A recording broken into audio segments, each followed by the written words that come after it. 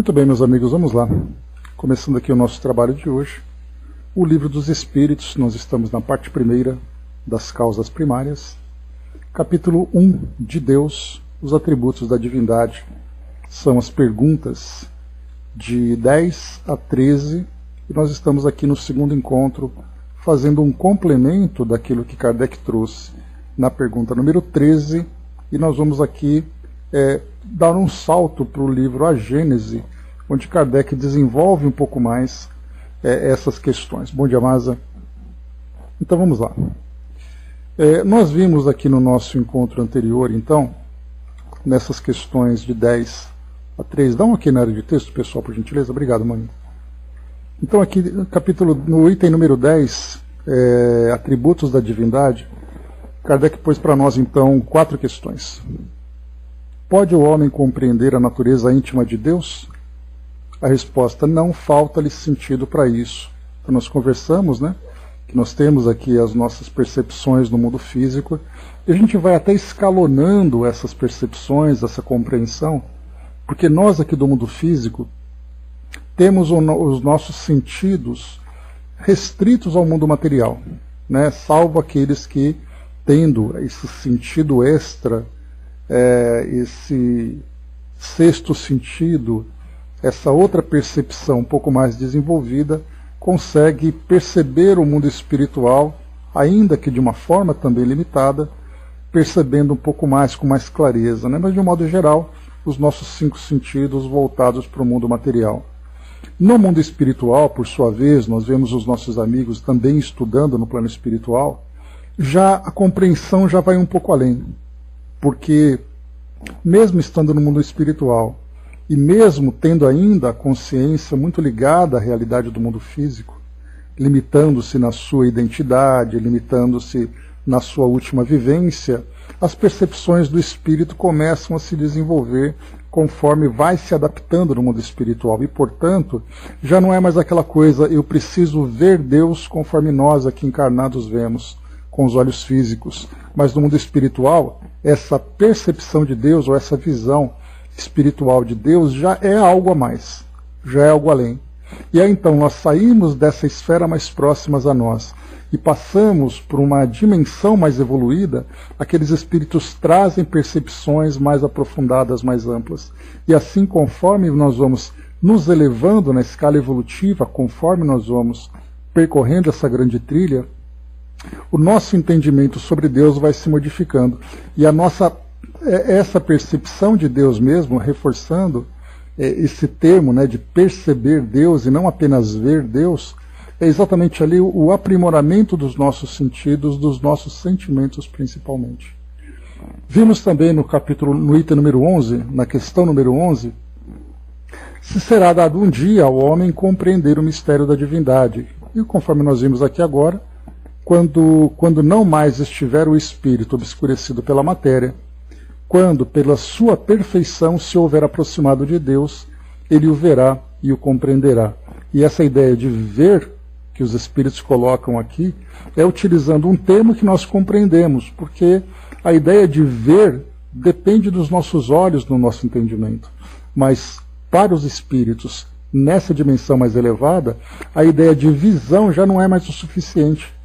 Vão trazer para nós ali outros termos, outras expressões que vão identificar esses novos sentidos que vão surgindo. Mas somente então quando cada vez menos estiver influenciado pela matéria, for ali limitado pela matéria.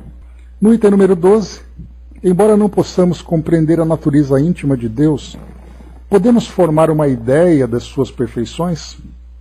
De algumas, sim. O homem as compreende melhor à medida que se eleva acima da matéria, entrevê-as pelo pensamento.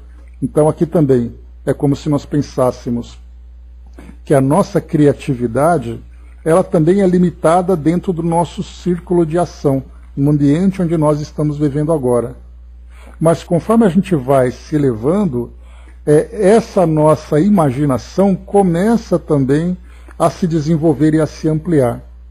Porque nós passamos a ver, eu me lembro até de uma passagem de um filme clássico, né, chamado Blade Runner, né, um filme dos mais clássicos de ficção científica, e ali um androide que fazia parte do filme foi criado para poder trabalhar em outros planetas, fazendo explorações de mineração e tudo mais.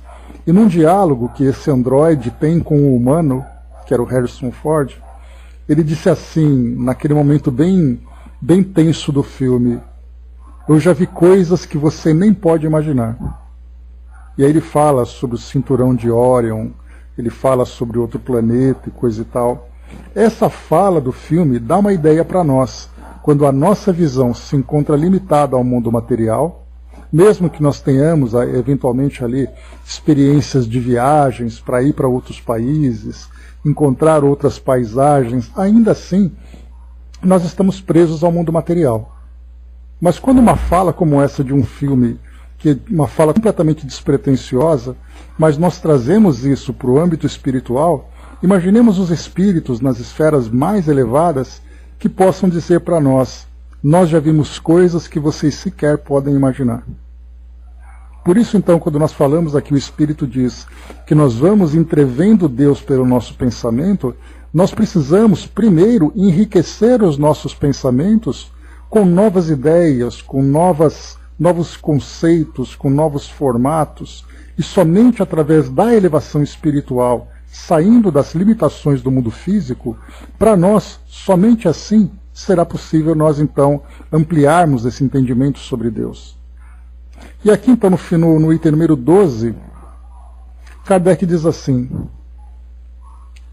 quando dizemos que Deus é eterno, infinito, imutável, imaterial, único, onipotente, soberanamente justo e bom, temos uma ideia completa de seus atributos? Antes de responder essa questão, vamos aqui para a forma como Kardec elabora essa questão, essa pergunta. Ele traz para nós aqui alguns adjetivos e depois ele pergunta a parte mais importante que muita gente não valoriza. Temos uma ideia completa dos seus atributos? Ou seja, dizer que Deus seria isso ou teria essas qualidades, seria o suficiente? Essa ideia daria sim esses termos, né? Esses adjetivos, daria uma ideia sobre Deus ser tão completo assim? E os espíritos respondem: do vosso ponto de vista, sim, porque credes abranger tudo. Então Kardec procurou, nesse momento, trazer ali dentro das condições, das nossas condições como criaturas humanas encarnadas, se nós poderíamos entender o significado de Deus. E aí então eu trouxe para vocês aqui uma questão interessante para a gente fazer uma comparação, né? Então aqui, por exemplo, nós estamos aqui, deixa eu só voltar um pouquinho, no primeiro capítulo da terceira parte, Lei Divina ou Lei Natural. Kardec coloca na última questão desse primeiro capítulo sobre deixa eu ver aqui, a divisão da lei natural, na verdade, é o segundo item. E ele coloca assim na questão 468. Observem bem a pergunta que Kardec faz aos espíritos. Que pensais da divisão da lei natural em 10 partes, compreendendo as leis de adoração, de trabalho, de reprodução, de conservação, de destruição, de sociedade, de progresso, de igualdade, de liberdade e, finalmente, a de justiça, de amor e caridade? Os espíritos respondem: esta divisão da lei de Deus em 10 partes é a de Moisés e pode abarcar todas as circunstâncias da vida, que é essencial. Podes, portanto, adotá-la sem que, nem por isso, ele tenha algo de absoluto, exatamente como todos os sistemas de classificação, que dependem de um ponto de vista sob o qual se considera alguma coisa. Então, essa resposta a gente vai estudar ela oportunamente, né? Nós estamos na questão número 13. Quando a gente chegar na 648, a gente vai voltar a falar sobre esse assunto. Mas a resposta dos espíritos é assim. Dentro do ponto de vista de vocês, essa classificação das leis naturais estão ok, servem nesse momento.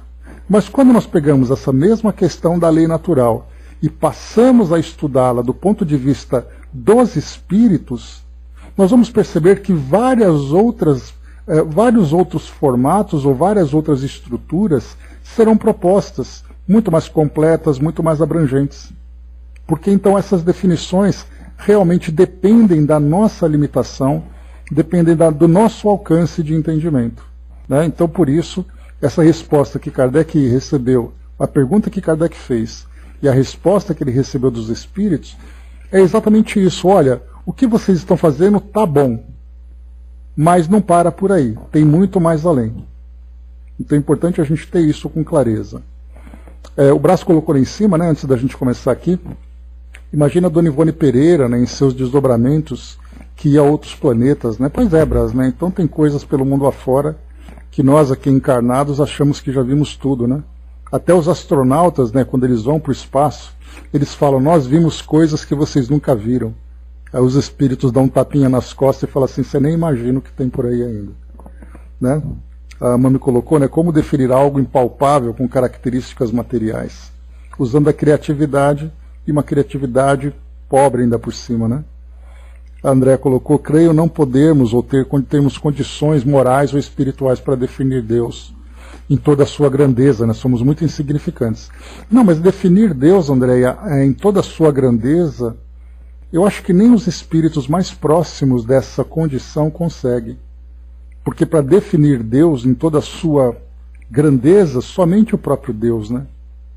Porque mesmo aqueles que observam vão trazer ali um ponto de vista, mesmo dos espíritos mais elevados, de observadores, e não de serem Deus e conseguirem compreender exatamente a grandeza dele, né? Então é bem difícil para todos nós, mas assim, em cada estágio da evolução, a gente vai se aproximando cada vez mais, mesmo que a nossa distância hoje seja uma distância abissal. Mas a gente sempre dá um passinho a mais quando uma luzinha extra, uma luzinha a mais vai também acendendo na nossa mente. A luz do entendimento, a luz do esclarecimento. Mas vamos lá. Nós falávamos então dessa questão número 13, quando Kardec colocou, vou fazer a releitura dele aqui então. Então, quando dizemos que Deus é eterno, infinito, imutável, imaterial, único, onipotente, soberanamente justo e bom, temos uma ideia completa de seus atributos? Do vosso ponto de vista, sim, porque credes abranger tudo. Sabei, porém, que há coisas que estão acima da inteligência do homem mais inteligente, as quais a vossa linguagem, restrita às vossas ideias e sensações, não tem meios de exprimir. A razão, com efeito, vos diz que Deus deve possuir em grau supremo essas perfeições, porquanto, se uma lhe faltasse, ou não fosse infinita, ele já não seria superior a tudo, não seria, por conseguinte, Deus. Para estar acima de todas as coisas, Deus tem que se achar isento de qualquer vicissitude e de qualquer das imperfeições que a imaginação possa conceber. E aqui também tem algo importante nesse trecho final, lembrando que nós já lemos essa questão, mas aqui embaixo, né, quando ele fala para nós, né, que para estar acima de todas as coisas, Deus tem que se achar isento de qualquer vicissitude, ou seja, alternância de situações, de humor, de qualidades, né? Então Deus está bom agora, no outro dia está de bom humor, no outro dia ele está bem-humorado. Deus, ele simplesmente é constante, né? E constante na sua perfeição, que para nós isso também é quase que inconcebível. E ao mesmo tempo ele coloca estar isento também de qualquer das imperfeições que a imaginação possa conceber. E aí então quando Kardec coloca que a nossa imaginação possa conceber, ele estabelece para nós mais um limite, que é até onde a nossa imaginação pode ir. Assim como perfeições e imperfeições, nós conhecemos aquilo que diz respeito à natureza humana. E mesmo que nós tenhamos uma expressão, por exemplo, a generosidade, que é uma virtude. A pessoa mais generosa do nosso mundo, ela será mais generosa no nosso mundo. Imaginemos essa que é a mais aqui no nosso mundo, no mundo onde todos os espíritos são generosos.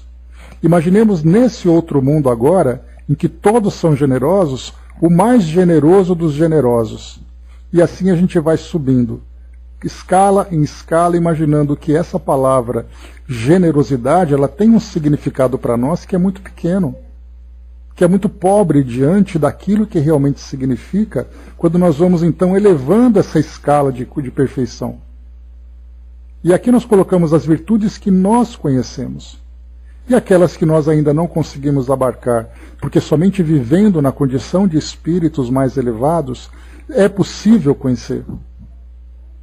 Então tudo isso vai mostrando para nós, né, essa ideia, vai nos colocando no nosso devido lugar, para que a gente consiga, para que nós consigamos então criar, pelo menos na nossa mente, essa visão daquilo que nós conseguimos entender e daquilo que nós não conseguimos, temos o entendimento do porquê nós não chegamos até lá. Exatamente pela nossa limitação, pela restrição que o mundo e que a nossa condição evolutiva acaba impondo sobre nós. Dudu colocou, né? Se Deus está triste, feliz, infeliz, alegre, então Deus sou eu, né? Exatamente. Nós somos deuses. Jesus falava sobre isso, né? Então nós somos deuses, mas somos deuses com letra minúscula até. Mas vamos lá. Kardec, depois aqui no final, dessa mesma questão, ele começa então a trazer ele traz algumas explicações sobre cada um dos adjetivos, cada uma das qualidades que ele coloca para nós nessa questão. Eterno, infinito, imutável e imaterial. Então ele coloca aqui alguns complementos, né? Só que esses complementos, quando Kardec põe, eles são bastante reduzidos, bastante limitados. Mas no livro A Gênese, como eu comentei com vocês, no capítulo 2, em que ele fala sobre Deus, tem um item chamado da natureza divina, que aí então ele vai desdobrar essas qualidades. E é aqui que a gente vai então saltando do Livro dos Espíritos e avançando para o livro A Gênese. Vamos lá então. Da natureza divina. Aqui ele vai trazer uma introdução parecida com aquela do Livro dos Espíritos, mas vale a pena a gente ler aqui porque ele vai trazer uns detalhezinhos a mais. Item número 8, da natureza divina. Não é dado ao homem sondar a natureza íntima de Deus. Temerário seria aquele que pretendesse levantar o véu que o oculta de seus olhos. Falta-nos ainda o sentido que só se adquire pela completa depuração do espírito. Mas, se o homem não pode penetrar na essência de Deus, tendo como premissa a sua existência, quer dizer, se o homem vai tentar entender Deus partindo do princípio de que Deus existe, que é o que Kardec coloca, tendo como premissa a sua existência, ele pode, pelo raciocínio, chegar a conhecer-lhes os atributos necessários, uma vez que, conhecendo que ele não pode absolutamente ser, sem deixar de ser Deus, deduz-se daí o que ele deve ser. Então Kardec faz aqui um jogo de raciocínio. Pensemos que Deus é máximo em tudo. Então vamos tirando aquilo que Deus não pode ser.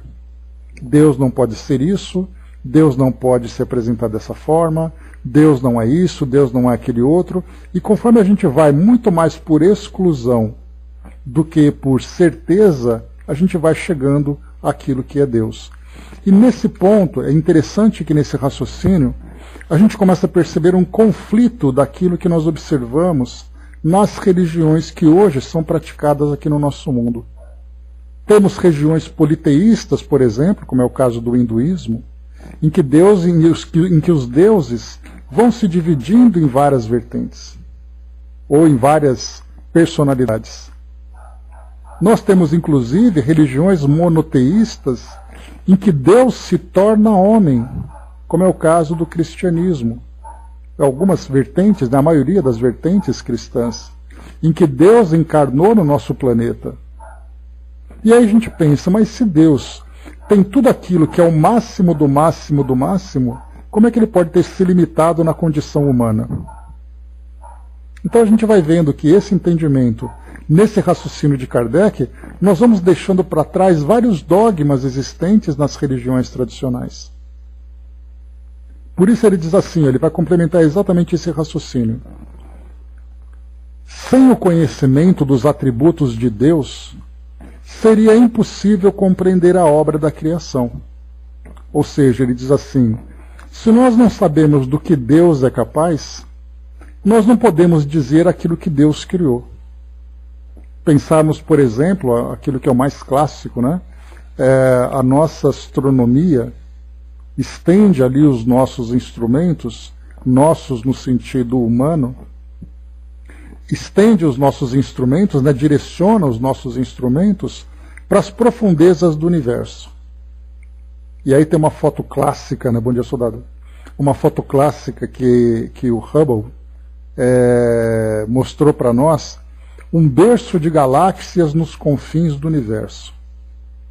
E a gente vai dizer, como é que o Deus que encarnou no nosso planeta e foi crucificado é capaz de criar um berço de galáxias?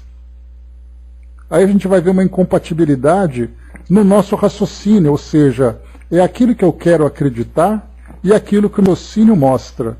São duas ideias incompatíveis. Portanto, ou eu acredito em uma, ou eu acredito na outra.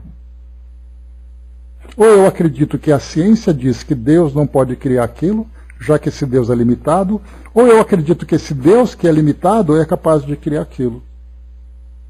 Então não é certo. Então a ideia para nós é começar a tirar aquilo que Deus não pode ser. Deus não pode ser limitado. O nosso planeta não é o centro do universo. Deus é uma entidade que não tem personalidade humana. Basta a gente lembrar, por exemplo, aquela passagem do Novo Testamento em que Jesus entra naquele templo onde tem os vendilhões, aqueles camelôs da época dele. E ele então, frustrado, decepcionado e irritado com aquilo, ele começa a virar todas aquelas mesas, né, e dizendo ali, né, dando aquele desabafo de indignação dele. Deus fica indignado? Deus vai ficar virando mesas no pátio de um templo? Porque ele não concorda com os vendilhões, com aqueles que são os vendedores, os ambulantes daquela época, e ao mesmo tempo eu coloco do lado a fotografia do berço de galáxias nos confins do universo? Então vejam esse parágrafo, como Kardec foi perspicaz nesse raciocínio. Ele diz assim, sem o conhecimento dos atributos de Deus, seria impossível compreender a obra da criação. É o ponto de partida de todas as crenças religiosas. E é por não terem se reportado a esses atributos, como o farol capaz de orientá-las, que a maioria das religiões errou em seus dogmas. As que não atribuíam a Deus a onipotência, imaginaram vários deuses. As que não lhe atribuíam a soberana bondade, fizeram dele um Deus ciumento, colérico, parcial e vingativo. Vejam como foi interessante o que Kardec colocou aqui.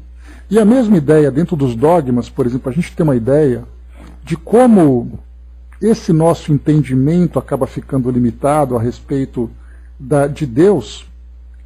Existe aquela prece que é atribuída a Nossa Senhora, a Maria, mãe de Jesus.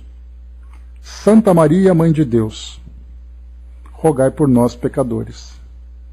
Maria, Mãe de Deus, aquela entidade que criou os confins nos confins da galáxia, do universo, o berço de galáxias.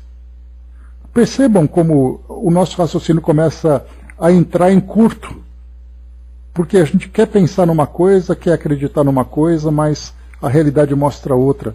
Portanto, o que é mais importante para nós é começarmos a entender, como foi colocado aqui inicialmente, começarmos a entender os atributos de Deus. Por isso que ele coloca, sem o conhecimento dos atributos de Deus, seria impossível conhecer a obra da criação. Então, observemos as obras e depois pensemos que entidade, ou melhor, que inteligência seria capaz de criar aquilo. Quando nós olhamos um céu estrelado e vemos ali as estrelas, que são ali astros que foram se juntando por leis da natureza, que entidade seria capaz de criar isso? Aí então nós vamos começando a descartar. Não é aquele Deus que me pede uma oferenda, com toda certeza não é. Não é aquele Deus que se transformou num humano, com certeza também não. Não é aquele Deus que escolhe um povo eleito em detrimento de outro, com certeza também não é. Então a gente vai tirando aquilo que Deus não pode ser, para deixar puramente aquilo que ele deve ser. Por isso Kardec, então, ele traz para nós vários desses atributos. E ele diz assim, então, agora item número 9 aqui do livro A Gênese. Deus é a soberana, é a suprema e soberana inteligência. Então, mais uma vez, quando nós observamos uma criatura ou uma obra, pensemos em quem é o seu Criador. E Kardec lembra disso, né, quando ele fala lá em cima, nesse mesmo capítulo da Gênese, quando ele diz, se você encontra um relógio belíssimo, esculpido, todo trabalhado, a gente imagina que quem construiu é um hábil relojoeiro. Se nós encontramos um edifício, o mais alto do mundo, nós imaginamos a equipe que foi capaz de construir aquilo, as leis, a inteligência. Se nós olharmos para o universo, nós vamos começando então, através da obra, compreender o Criador. Portanto, Deus é a suprema e soberana inteligência. E Kardec diz assim, desdobrando esse primeiro item. A inteligência do homem é limitada, uma vez que ele não pode fazer nem compreender tudo o que existe. A de Deus, abrangendo o infinito, tem que ser infinita. Então, se nós temos a nossa inteligência limitada até onde nós alcançamos, o infinito só pode ter uma entidade capaz de conhecer o infinito, que é o próprio Deus. Se a supuséssemos limitada em qualquer ponto, essa inteligência, poderíamos conceber um ser ainda mais inteligente, capaz de compreender e de fazer o que o outro não faria. E assim por diante até o infinito. Então, vai aumentando inteligência, mais que inteligência, mais que inteligência. Portanto, pensemos na inteligência suprema, a máxima de todas. E isso, Kardec, ele está estimulando o nosso raciocínio, para que nós pensemos nisso, porque nós não somos capazes de chegar até lá. Da mesma forma que hoje se procura, o universo é infinito, a ciência cada vez mais vai mais longe, tentando encontrar o final, aquela placa dizendo, termina aqui. Mas enquanto não termina, a nossa imaginação vai chegando até lá, ou vai procurando pelo menos. Ele coloca, Deus é eterno, isto é, não teve começo e não terá fim. E aquilo que nós já conversamos, né? Não somos capazes de entender o que é eterno, porque na nossa mente, na lógica que nós temos, existe tudo que existe no universo teve um começo e teve fim. Até mesmo o próprio universo. Ele começou num evento que nós denominamos como Big Bang, e os astrônomos fazem uma previsão que, no momento, o universo vai se comprimir e acabar. Então, mesmo o próprio universo tem começo e tem fim dentro do nosso raciocínio, da nossa capacidade de raciocinar. Como é que nós podemos imaginar algo que não teve começo nem fim? Kardec continua. Se tivesse tido princípio, teria saído do nada.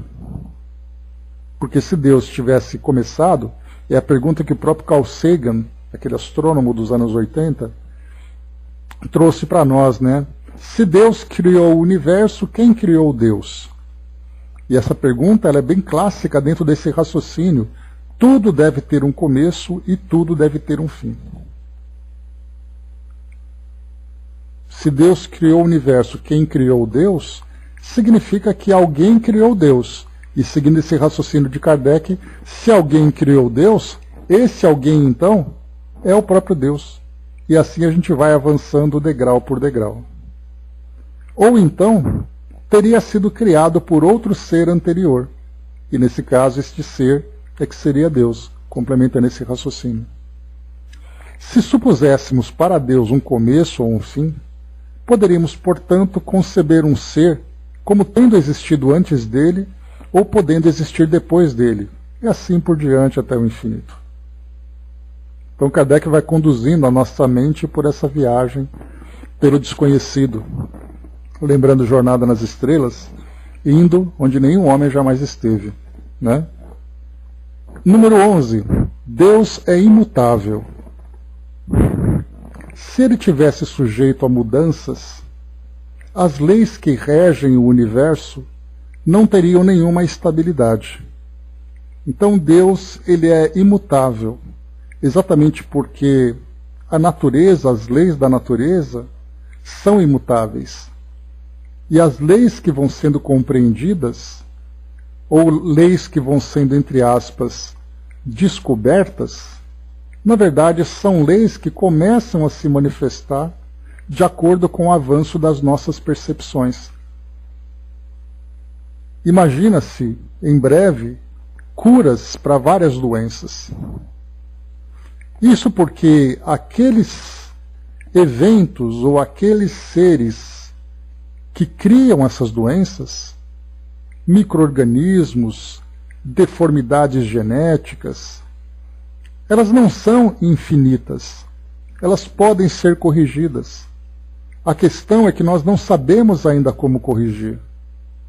Então, doenças que para nós hoje são incuráveis, elas não são incuráveis por serem definitivas e imutáveis. É porque nós não compreendemos ainda de que forma que nós podemos mudar a condição dela. Agora, quando nós falamos dessas leis, significa que as leis são perfeitas porque aqueles que sustentam, aquele ou aquela inteligência que sustenta essa lei também é perfeita. Do contrário, as leis da gravidade, por exemplo, poderiam simplesmente se modificar. E por que elas não se modificam? E aí então aqueles que são adeptos à ciência e apenas à ciência vão dizer, é porque a natureza é perfeita. E se a natureza é perfeita, como é que nós podemos então imaginar quem é aquele que é a própria natureza ou criou a natureza? Também é perfeito.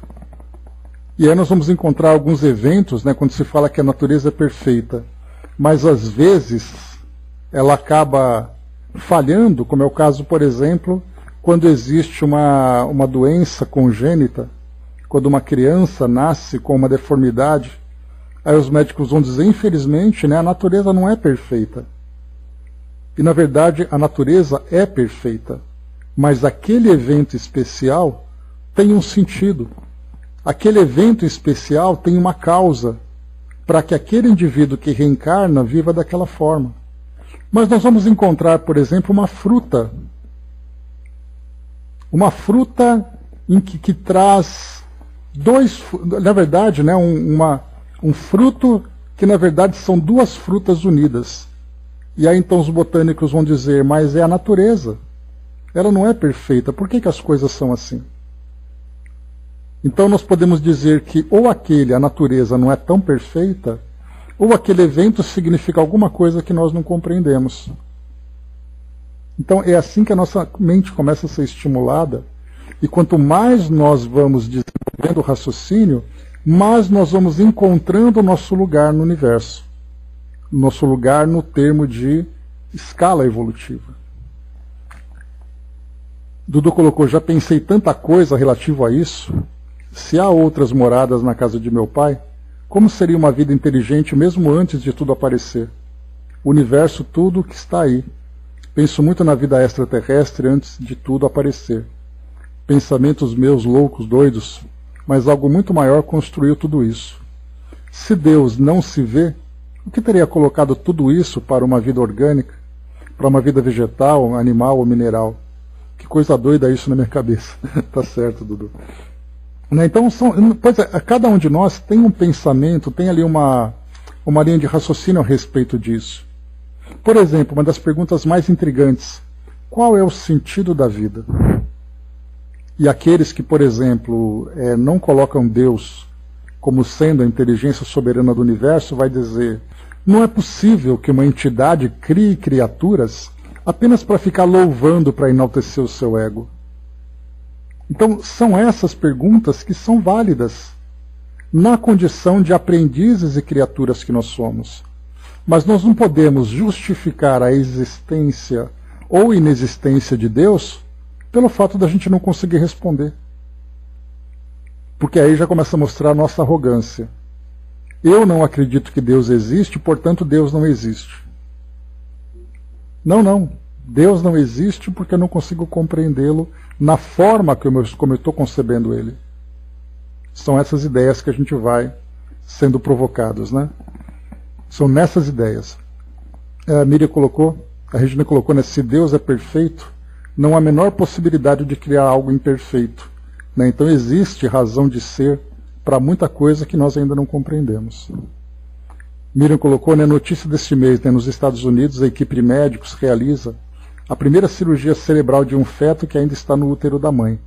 O bebê tinha 34 semanas quando passou pela operação para corrigir um problema de saúde potencialmente mortal. Médicos dos Estados Unidos realizaram a primeira cirurgia cerebral no feto ainda. Pois é, então, são essas coisas, né?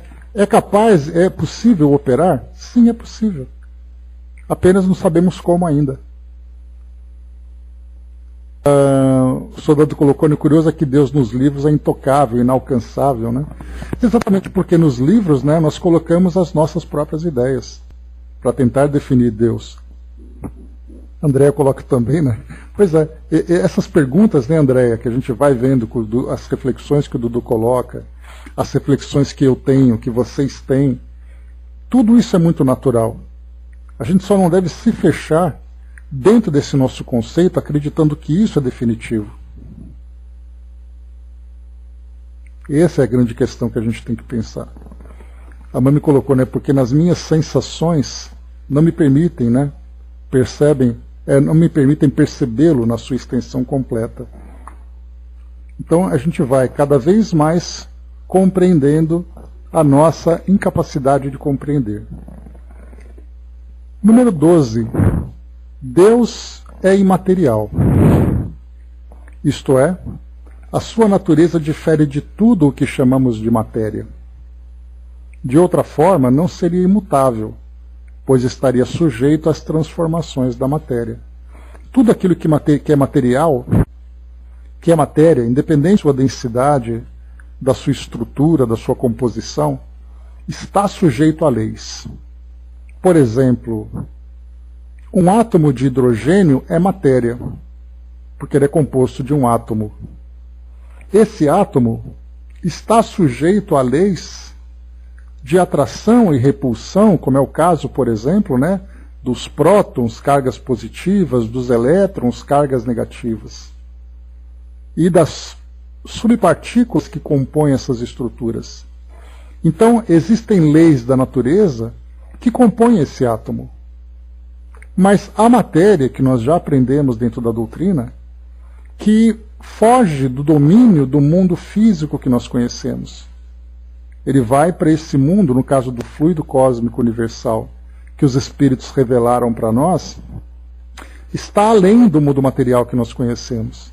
Mas mesmo assim esse fluido está submetido a leis, porque toda a matéria está regida por leis. Se Deus é material, significa que Deus está submetido a essa lei. E aí nós partimos para os itens anteriores. Se Deus está submetido a essa lei, e essa lei ela é o resultado da natureza, então a natureza está acima de Deus, portanto a própria natureza é Deus e não mais Deus. Vejam que só de pensar que Deus é material, já muda tudo. E Kardec continua complementando. Deus não tem uma forma apreciável pelos nossos sentidos. Se tivesse, seria matéria. Dizemos, a mão de Deus, o olho de Deus, a boca de Deus, porque o homem, conhecendo só a si, toma-se como termo de comparação para tudo o que não compreende. É aquela ideia, né, do livro Gênesis, que nós temos ali, né, que Deus criou o homem à sua imagem e perfeição. E aí nós fazemos uma inversão. Em vez de termos uma ideia teocêntrica, em que Deus é o centro de tudo, nós passamos a uma ideia antropocêntrica, em que o homem é o centro de tudo. Então Deus criou o homem à sua imagem e perfeição. Nós olhamos de baixo e dizemos, Deus se assemelha a nós, e não nós nos assemelhamos a Deus. Então por isso nós colocamos que segura na mão de Deus e vai. Uma expressão muito comum, que nós sempre usamos, né? Segurar a mão na mão de Deus, Deus tem mãos? Essa é a grande questão. São ridículas essas imagens em que Deus é representado pela figura de um ancião de barbas longas, envolto em um manto. Elas têm o inconveniente de rebaixar o Ser Supremo às mesquinhas dimensões da humanidade, e daí a lhe atribuírem as paixões humanas e fazerem dele um Deus colérico e ciumento é um passo.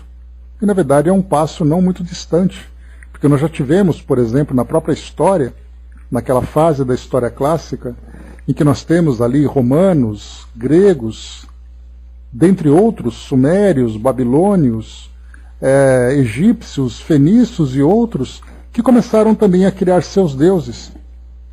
E não apenas criaram esses deuses, mas criaram também estátuas para representá-lo.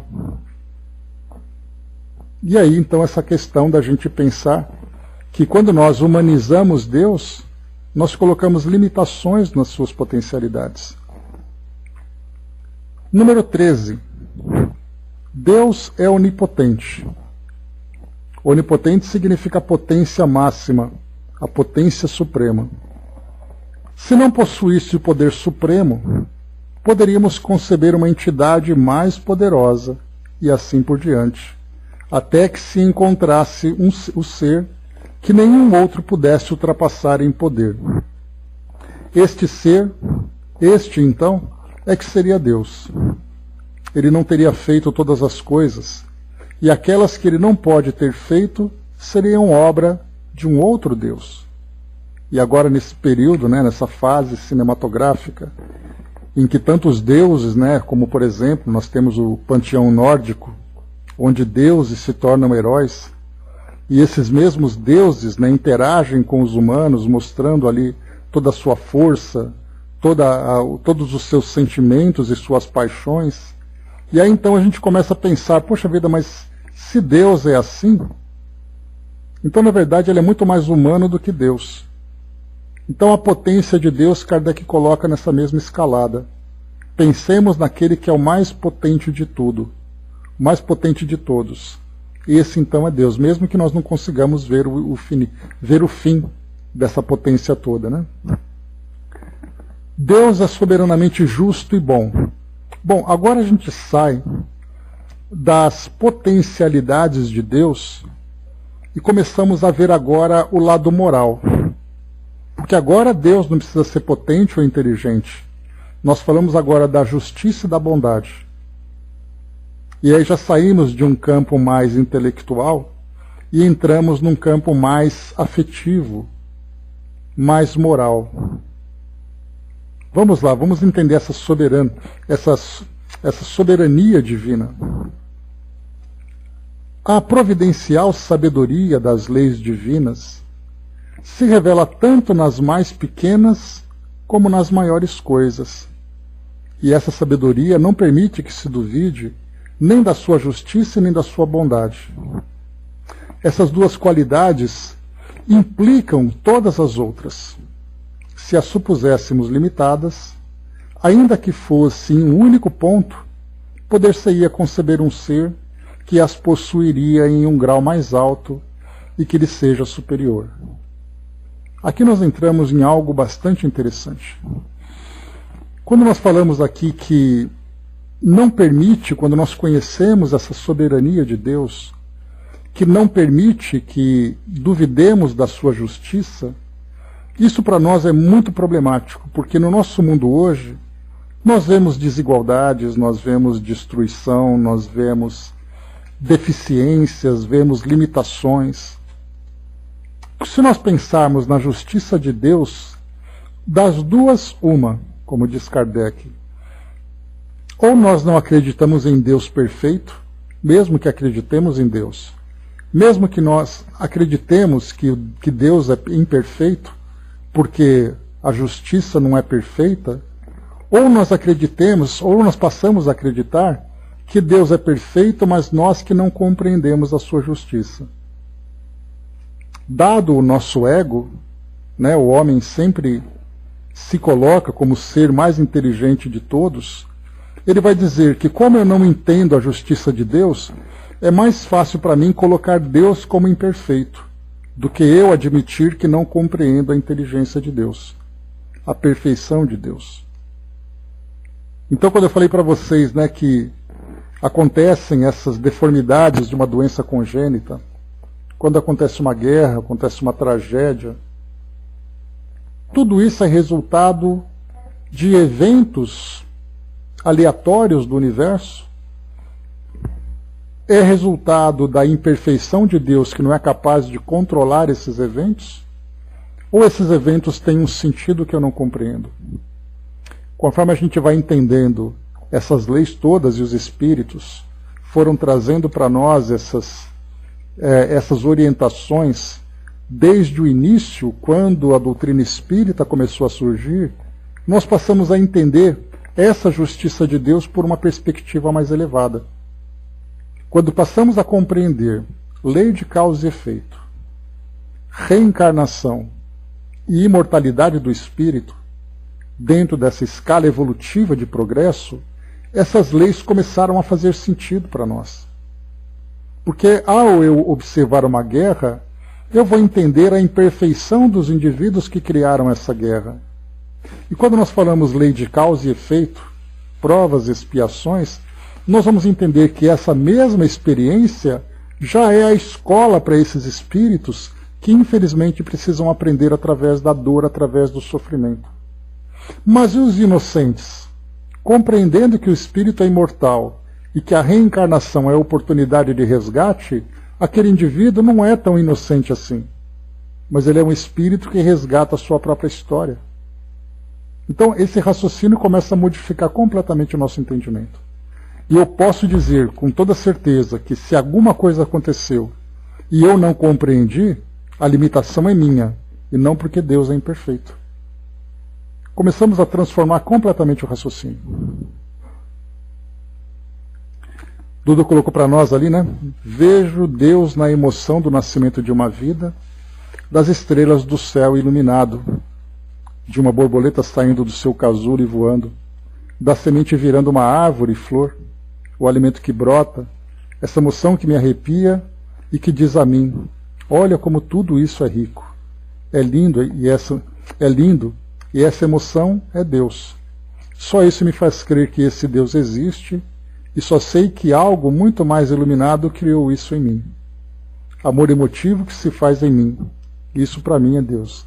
Então, quer dizer, cada um de nós, daqui e do outro lado, vai tentando interpretar Deus, né? E a gente começa, ora vagando pelo nosso campo intelectual, ora vagando pelo nosso campo emocional, pelo nosso campo afetivo.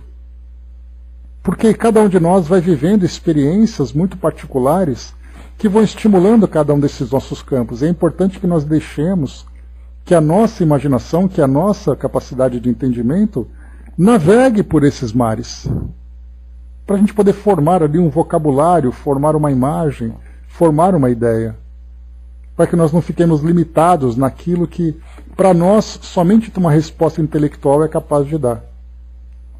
Temos que dar essa liberdade para a nossa mente, né? Por isso que os Espíritos colocaram que nós vamos concebendo Deus gradualmente. E terminando aqui esse raciocínio também, sobre Deus ser soberanamente justo e bom. O fato de uma qualidade ser infinita exclui a possibilidade da existência de uma qualidade contrária que a diminuiria ou anularia. um ser infinitamente bom não poderia ter a mais insignificante parcela de maldade. Nem o ser infinitamente mau poderia ter a mais insignificante parcela de bondade. Do mesmo modo que um objeto não pode ser de um negro absoluto com a mais ligeira nuance de branco, nem um branco absoluto com a mais pequenina mancha negra. Assim Deus não poderia ser ao mesmo tempo bom e mau, porque então, não possuindo nenhuma nem outra dessas qualidades no grau supremo, não seria Deus. Todas as coisas estariam sujeitas ao seu capricho e não haveria estabilidade para nada. Portanto, ele só poderia ser infinitamente bom ou infinitamente mau. Ora, como as suas obras testemunham a sua sabedoria, a sua bondade e a sua solicitude, conclui-se que, não podendo ser ao mesmo tempo bom e mau sem deixar de ser Deus, ele deve ser infinitamente bom. Aqui nesse raciocínio, Kardec coloca algo que o nosso entendimento ainda tem dificuldade de compreender. Quando ele diz assim, todas as coisas estariam sujeitas ao seu capricho e não haveria estabilidade para nada. Então, quando ele fala sobre isso, aqui embaixo ainda, ora, como as suas obras testemunham a sua sabedoria, a sua bondade e a sua solicitude, ele deve ser infinitamente bom. Só que aí entram esses eventos que acontecem no nosso mundo que eu comentei com vocês. Quando nós olhamos guerras, a pandemia, por exemplo, quantas pessoas se questionaram por que Deus permitiu que isso acontecesse? Se Deus permitiu que isso acontecesse, significa que Deus teve a vontade de fazer com que o sofrimento acontecesse. Quando nós encontramos aquela guerra acontecendo, Deus permitiu que aquela guerra acontecesse. Por que aquelas pessoas tiveram que sofrer? Por que Deus escolheu um e escolheu o outro, colocando em Deus a responsabilidade de escolher quem sofre e quem não sofre?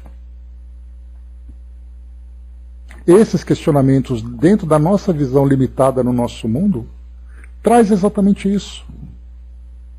Mas aí entra um detalhe importante, e essa questão, Mami, do livre-arbítrio, é que quando nós pensamos em Deus, nós não falamos que Deus escolhe quem sofre ou quem não sofre.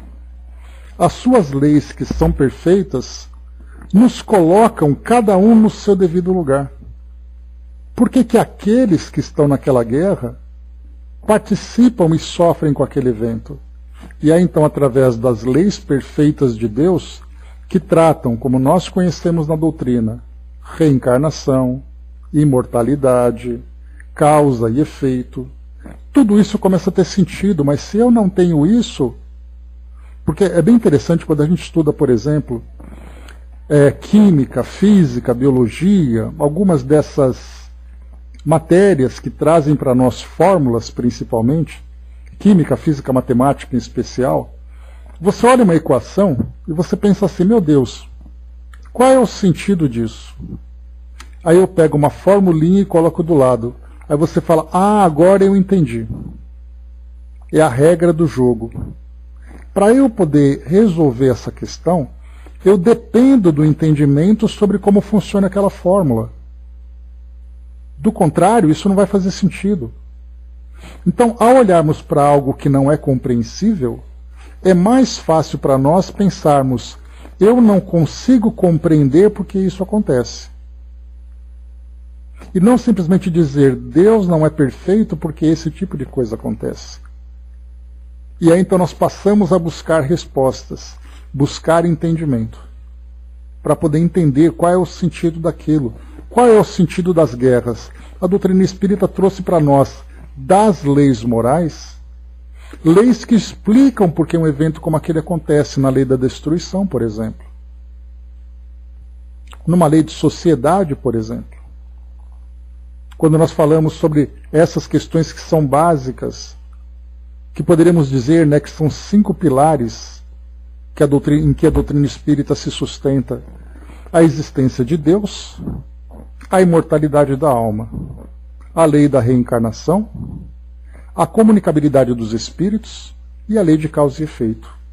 Quando eu tenho essas 5 fórmulas, eu consigo desvendar muito daquilo que eu não consigo compreender. Por que uma criança nasce com uma imperfeição? Porque é um espírito imperfeito e precisa de resgate. Por que aquela pessoa morreu daquele jeito? Porque é um espírito que está retornando ao mundo espiritual dentro das condições que para ele são necessárias. Por que guerras acontecem? Porque o livre-arbítrio do homem fez com que ele escolhesse aquilo e a lei de causa e efeito vai ser aplicada dentro das escolhas que ele fez. Então as leis morais passam a explicar para nós aquilo que a princípio era incompreensível. Mas por que isso acontece? Isso não devia acontecer. Mas aquela pessoa é inocente. Por que ela passa por aquilo? Bom, ela é inocente dentro da nossa visão, mas ela é um espírito imortal que traz a sua história. Qual é exatamente a história que ela traz lá atrás? E aí então a gente começa a ver que é mais fácil eu aceitar a minha limitação do que acusar Deus de não ser aquilo que ele não é. Acusar de ser aquilo que ele não é. Que é um Deus imperfeito, que é um Deus egoísta, que é um Deus orgulhoso, por exemplo. Bom, aqui então, meus amigos, nós vimos até esse ponto. Temos aqui ainda, deixa eu ver aqui, só para finalizar esse item 13, esse item 14. A soberana bondade implica na soberana justiça. Kardec faz uma relação entre bondade e justiça. Que justiça significa também bondade. Porque se Deus agisse injustamente ou com parcialidade em uma só circunstância, ou com relação a uma só de suas criaturas, não seria soberanamente justo e, consequentemente, não seria soberanamente bom.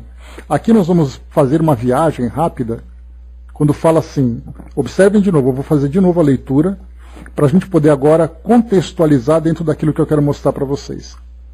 A soberana bondade implica na soberana justiça. Porque se Deus agisse injustamente, ou com parcialidade em uma só circunstância, ou com relação a uma só de suas criaturas, não seria soberanamente justo e, consequentemente, não seria soberanamente bom.